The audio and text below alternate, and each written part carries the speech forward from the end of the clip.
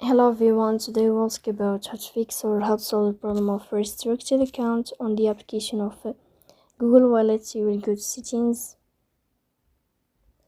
In this page you will go to apps, default apps, app settings.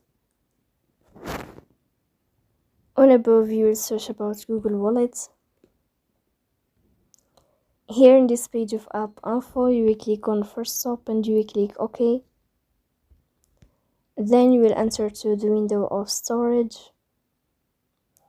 Here you will click on clear cache. But pay attention, don't click clear data because that can delete your account or can cause you errors in your app. Then you will go to Play Store.